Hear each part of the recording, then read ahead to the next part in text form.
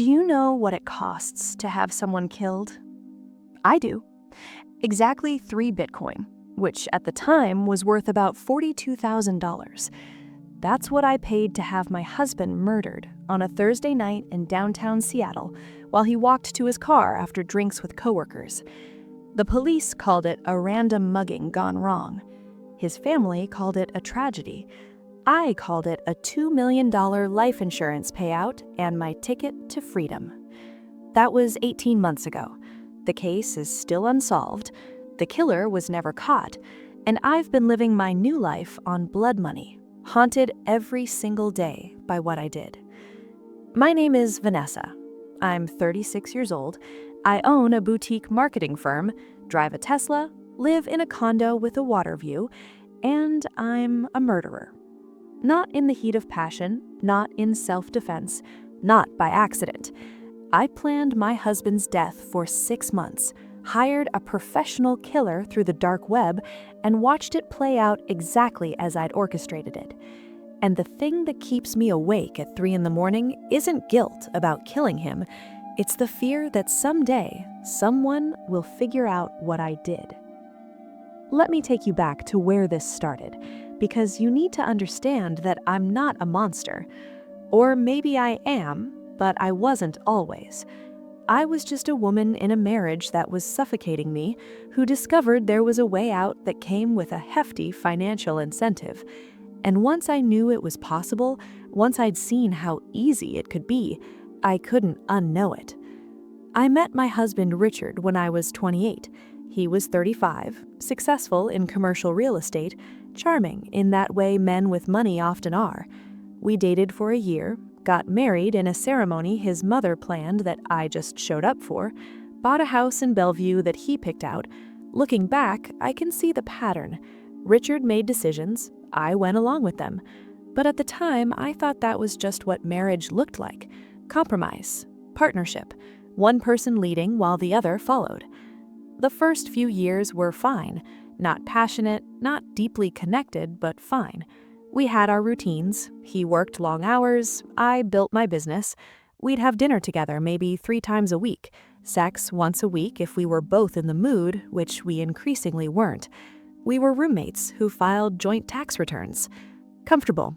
Boring. Safe. Then, 3 years ago, Richard's career took off. He closed a massive deal, got promoted, started making serious money. And with the money came the entitlement. He started making unilateral decisions about our life, bought a new car without discussing it, planned vacations without asking my input, decided we were moving to a bigger house because we could afford it now and it was time to upgrade. I pushed back, said I liked our house, said I wanted to be part of major decisions. He looked at me like I was being difficult. Vanessa, I'm working 80 hours a week to provide this lifestyle. The least you can do is appreciate it instead of complaining. That was the first time I realized I didn't like him. Not love, I'd stopped loving him somewhere along the way without noticing. But this was different. I actively disliked the person he'd become. Or maybe he'd always been this person, and I just hadn't noticed because he'd been too busy trying to impress me to show his true colors. The dislike grew into resentment. Every conversation felt like a battle for control. He'd make plans, I'd object, he'd do it anyway. He started making comments about my business, how it was cute that I had my little firm, but it wasn't really contributing significantly to our household income. Never mind that I'd built it from nothing and was proud of it. To Richard, if it wasn't making 6 figures, it wasn't worth taking seriously. I thought about divorce. Obviously, I thought about divorce, but Richard had made it clear during arguments that he'd fight me on everything. You think you're going to take half of what I've earned? Good luck with that. I've got lawyers who'll make sure you leave with nothing. I looked into it anyway, consulted a divorce attorney quietly. Washington is a community property state. I'd get half of everything acquired during marriage, but Richard had been smart. Most of his assets were in accounts and properties that predated our marriage or were somehow structured to be separate property. The attorney estimated I'd walk away with maybe $200,000 after legal fees. 7 years of marriage, and I'd get enough to live on for a couple years if I was careful. Meanwhile, Richard had taken out a massive life insurance policy the previous year, $2 million, with me as the beneficiary. He'd done it without telling me. I'd only found out when paperwork came to the house. When I asked about it, he said it was responsible financial planning in case something happened to him. I remember thinking it was odd at the time. Richard wasn't the type to think about his own mortality, but I didn't question it further. That's when the idea first occurred to me. Not fully formed, just a whisper in the back of my mind. If Richard died, I'd get $2 million, tax-free. No lawyers, no fighting, no Richard trying to punish me for leaving. Just clean, simple financial freedom. I pushed the thought away. You don't kill your spouse for money. That's sociopathic. That's evil. That's what women in true crime podcasts do, and they always get caught. I wasn't that person. But the thought kept coming back. Every time Richard dismissed something I said, every time he made a decision without consulting me, every time I looked at our joint accounts and realized how trapped I was financially, the thought would resurface. If he was just gone, everything would be better. I started researching, not how to kill him, I wasn't there yet, just researching what happens when a spouse dies, how life insurance works, how investigations work, what makes police suspicious versus what they accept as random tragedy. I learned that murders by strangers, truly random acts of violence, are the hardest to solve. No motive, no connection, no way to trace the killer back to the victim. But staging a murder to look like robbery is difficult. Forensics can usually tell when something's been made to look like robbery. DNA evidence, defensive wounds, the positioning of the body. Professionals can read it all. Unless the killer actually is a stranger. Unless there's genuinely no connection between victim and murderer.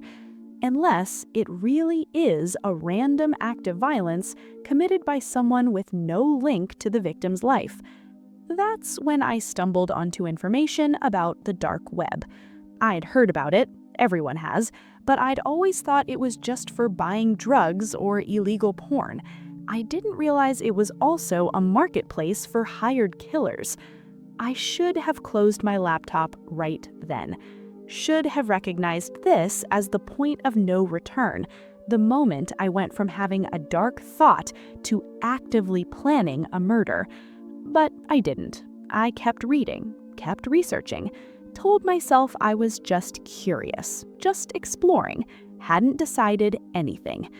I learned how to access the dark web, Tor browser, VPN, cryptocurrency for untraceable payments. I learned about the marketplaces, places where you could hire people for various illegal services. And yes, murder for hire was one of them. I told myself I was just looking, just satisfying morbid curiosity. But I created accounts, used fake names, fake emails, started browsing listings like I was shopping for furniture instead of a hitman. The listings were surprisingly professional. Reviews from previous clients, detailed descriptions of services offered, prices listed in Bitcoin. Some specialized in making it look like accidents, others offered street violence, random mugging, assault, robbery gone wrong. Exactly what I needed. I spent 3 months just researching, reading reviews, comparing prices, learning how these transactions worked. The more I learned, the more I realized it was actually possible. People did this. They got away with it. If you were smart, if you were careful, if you covered your tracks, you could hire someone to kill your spouse and walk away clean.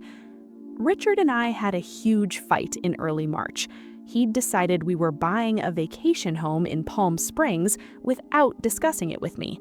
When I said I didn't want a vacation home, that I'd rather invest that money in my business, he laughed. Actually laughed at me. Vanessa, adults make investments that appreciate. Your business isn't an investment, it's a hobby. I'm trying to build our future, and you want to throw money away on your little marketing firm? Grow up." I remember standing in our kitchen, looking at him, and feeling nothing but cold hatred. This man, who was supposed to be my partner, my equal, treated me like a child whose opinions didn't matter. And I realized I didn't want to spend one more day married to him. Not one more day. That night, I made the decision. I was going to do it. I was going to hire someone to kill Richard. I chose a seller who specialized in urban assault scenarios. His profile said he had 15 completed jobs with no clients ever investigated. His price was 3 Bitcoin, $42,000 at current exchange rates. His process was clear. I'd provide target information, preferred date and location, method preference. He'd surveil for 2 weeks, plan the hit, execute it, and send proof of completion. Payment was split, half upfront, half after confirmation of death. I created a cryptocurrency account through multiple shell companies I set up for my business, bought Bitcoin gradually over 2 months so it wouldn't look suspicious, moved it through multiple wallets to obscure the trail. By May, I had the 3 Bitcoin ready to go.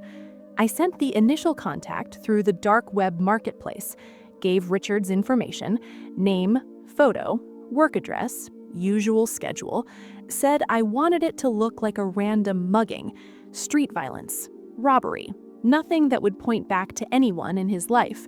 Preferred date was late June. Timing was important, far enough from our last fight that no one would connect it to marital problems, but not so far that I'd lose my nerve. The seller responded within 24 hours, confirmed he could do it, provided instructions for the initial payment. I sent 1.5 Bitcoin to the wallet address he provided. Untraceable, anonymous, final.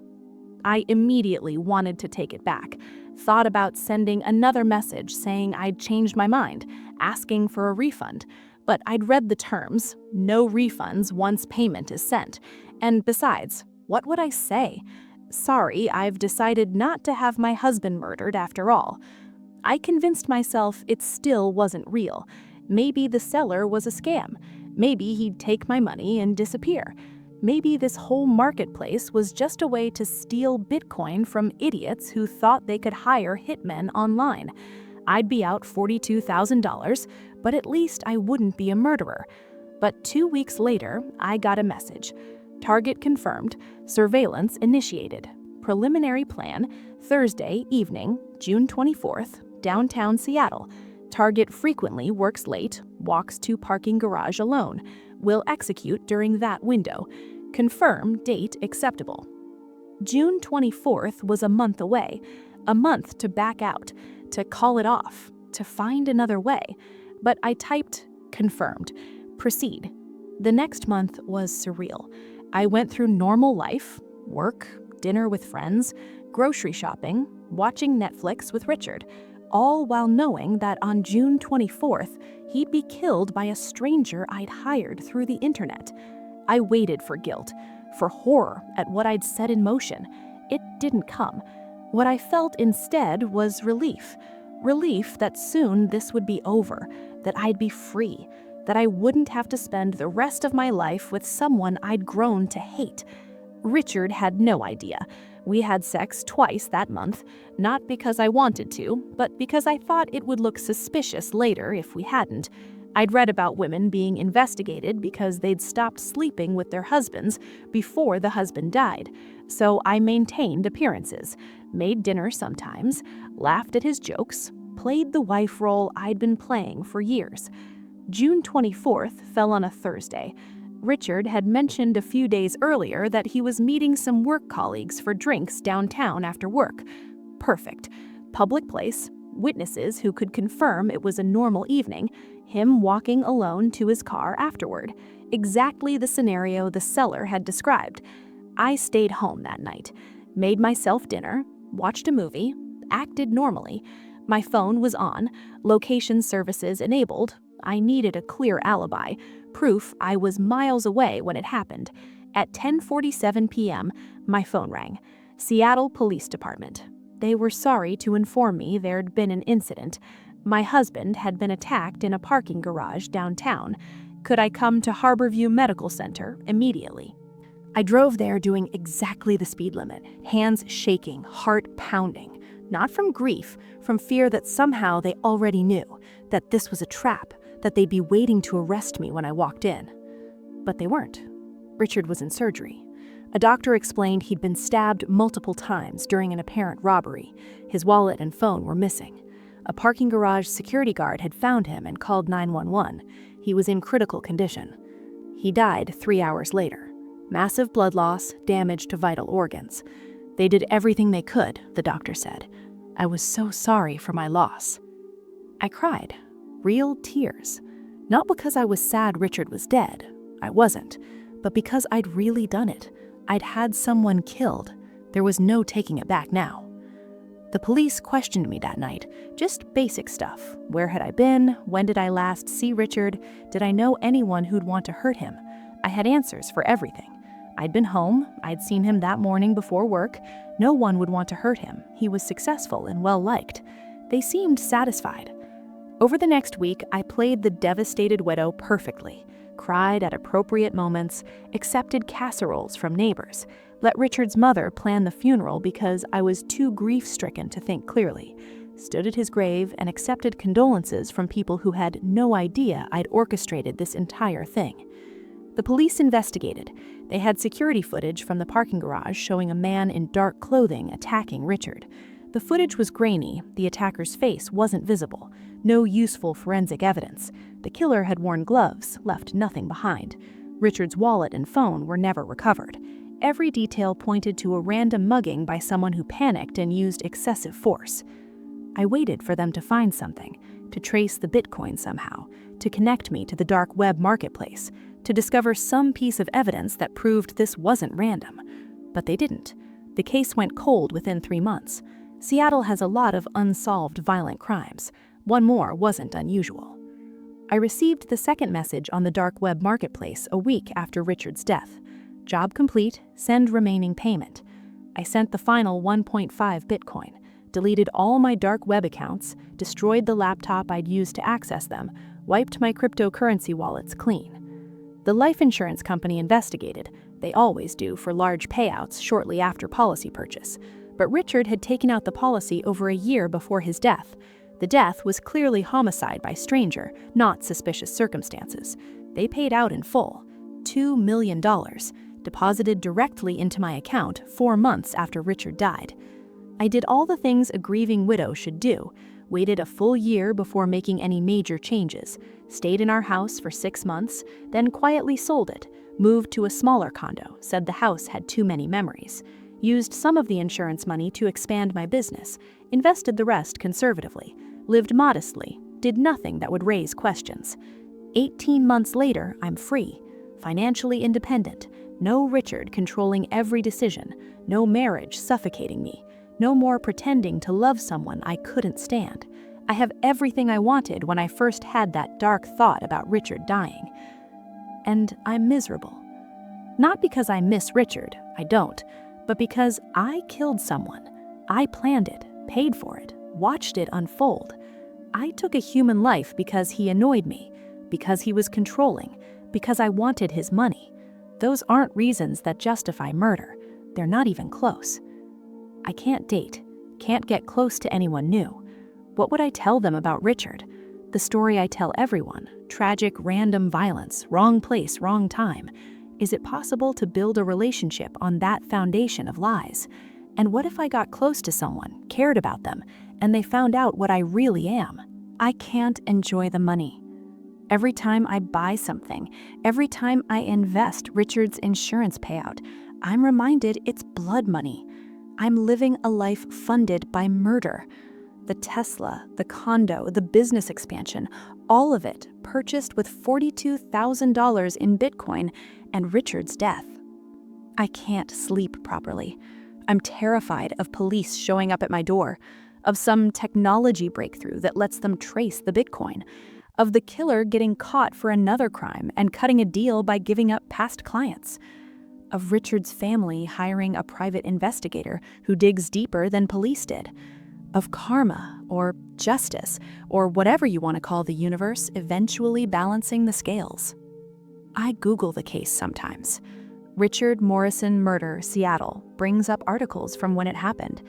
They always mention the grieving widow, talk about the senseless tragedy, quote me saying how much I loved him and how I'd never be the same. I want to tell them he was a controlling asshole and I don't miss him at all, but I can't.